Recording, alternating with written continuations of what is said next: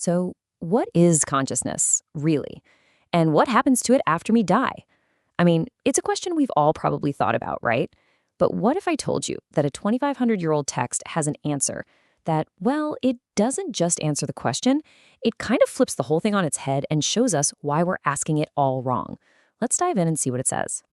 Okay, so our whole story kicks off with this one monk, a guy named Sati. Now, Sati listens to the Buddha's teachings and comes up with what honestly sounds like a pretty reasonable takeaway.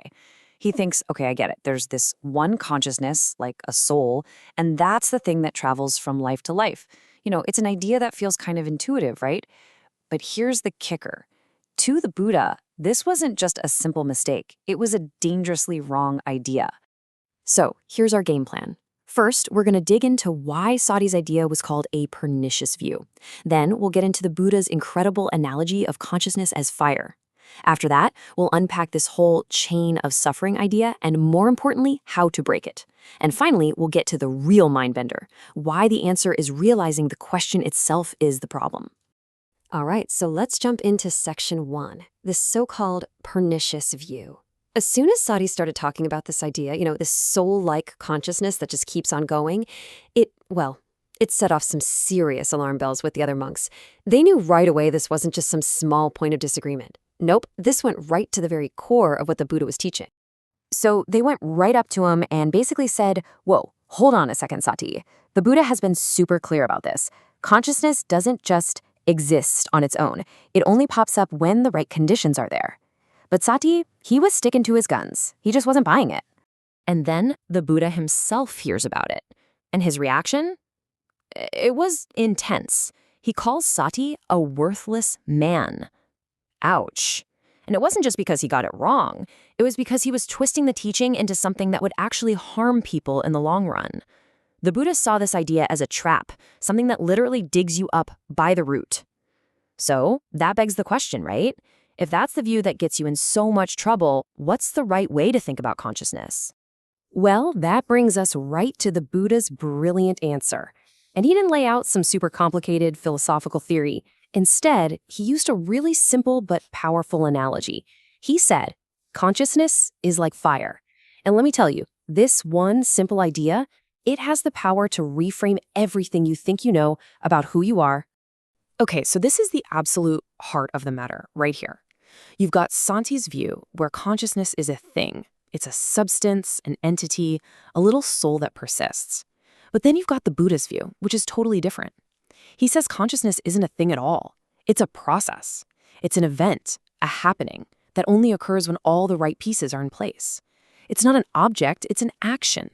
And that fire analogy just nails this point perfectly. Think about it. We always name a fire based on what it's burning, right? You've got a wood fire, or maybe a grass fire. And here's the key. Those are considered different fires. The wood fire doesn't just pick up and travel over to the grass. No way. When the wood is gone and the grass ignites, that's a new fire, one that arose because of a new source of fuel. And the most crucial part of all, take away the fuel, and the fire is just gone. No fuel, no fire. Simple as that. And this is exactly the point the Buddha was making about consciousness. He's saying it works the same way. We classify it by the condition that makes it happen. So when your eye sees an object, boom, eye consciousness arises. When your ear hears a sound, ear consciousness arises. See? There isn't some single consciousness entity that's jumping from your eyes to your ears. It's a brand new event arising each time, completely dependent on the conditions, just like the fire. Okay, so if that's how consciousness works on a micro level, what happens when we zoom out? Well, this leads us to a really, really big idea in Buddhism. It's called dependent co-arising. And this isn't just some abstract theory. The Buddha presents this as the actual engine, the mechanism that drives our entire experience of suffering. The core idea sounds almost deceptively simple, but trust me, its implications are massive. It goes like this. When this is, that is. From the arising of this comes the arising of that. What does that really mean? It means nothing exists in a vacuum. Absolutely nothing. Everything we experience, every thought, every feeling, is just one link in a massive interconnected chain of causes and effects. It's like a giant cosmic chain reaction. So how does this chain reaction actually create suffering? Well, it's like a line of dominoes. It all kicks off with ignorance, basically not understanding this whole process we're talking about. That ignorance then leads us to create mental fabrications. Those fabrications are the fuel for consciousness to arise. That consciousness then makes contact with the world, which creates feeling, pleasant, unpleasant, neutral. And that feeling, that leads directly to craving, wanting more of the pleasant stuff.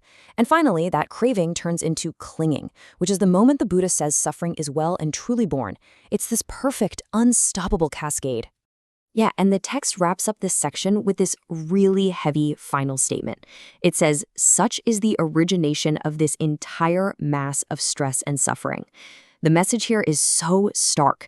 It's not saying this is just one of the ways we get unhappy. It's saying this process, this is the machine. This is how the entire mass of our suffering gets built, piece by piece. Okay, that sounds pretty bleak, but here's where the hope comes in. This is the crucial twist. If suffering is a process, if it's a chain of causes, well, guess what? That means the chain can be broken. And that brings us to the most practical part of all, how we actually go about breaking it. And the logic here is it's beautiful, really. It's perfectly symmetrical. Just as the arising of one thing causes the next, the ceasing of one thing causes the next to cease. So if you can just knock out that very first domino, ignorance, the whole chain reaction just stops dead in its tracks. You get rid of the ignorance, the fabrications cease. The fabrications cease, consciousness doesn't arise in the same way. No consciousness, no feeling, you see how it works. You follow it all the way down until that whole mass of suffering just vanishes. But here's a really important point the Buddha made. He stressed that this teaching, this whole complex system, isn't some new belief system you're supposed to worship. It's just a tool. He used this famous analogy of a raft. You build a raft for one reason, to get across the dangerous river. But once you get to the other side, what do? You don't strap the raft to your back and carry it around, right? Of course not. You leave it behind. And that's what this is. It's a practical tool to get you to the other shore, not another idea to cling to. And all of this leads us to the final piece of the puzzle. And honestly, it might be the most revolutionary insight of all. We're about to see that the real problem wasn't Samshati's answer about consciousness. The real problem was the question he was asking in the first place. Here's the idea. Once you really truly start to see this process of dependent co-arising in your own experience, once you feel reality not as a collection of things, but as this constant dynamic flow, that desperate need to find a solid, unchanging me inside it all, it just kind of fades away. It's not that you finally find the answer to who am I? It's that the question itself just stops making sense. And that's why he told his followers to just set aside all those big, heavy questions that we all get stuck on. You know the ones. Was I someone in the past? Will I be someone in the future? Am I a real thing? Am I not? What even am I? He called these questions inappropriate. Not because they're dumb, but because they're a distraction. They're a trap that keeps you searching for a thing, when the real freedom is in understanding the process. See, all of those questions come from the exact same mistake Sati made, the assumption that there's a solid being in there somewhere to be found. But the Buddha just completely reframes what a being even is. He says a being isn't a thing at all. It's the action of clinging. It's the process of craving. To put it another way, which I think is just brilliant, you're not a noun, you're a verb. And that right there really reveals the ultimate goal of all this. This isn't about being smart or winning a philosophical argument. The whole point is therapeutic. It's designed to help you see the nuts and bolts of your own suffering so clearly, so up close and personal, that you eventually just get bored of it. You become disenchanted with the whole drama. And that disenchantment, that natural letting go, that's what freedom is. So I'll just leave you with this final, kind of challenging thought.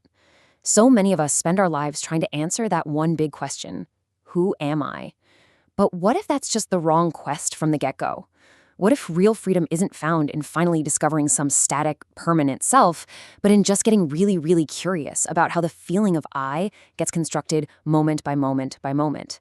What if the answer we're looking for isn't a noun we have to find, but a verb we just need to understand and then finally let go of?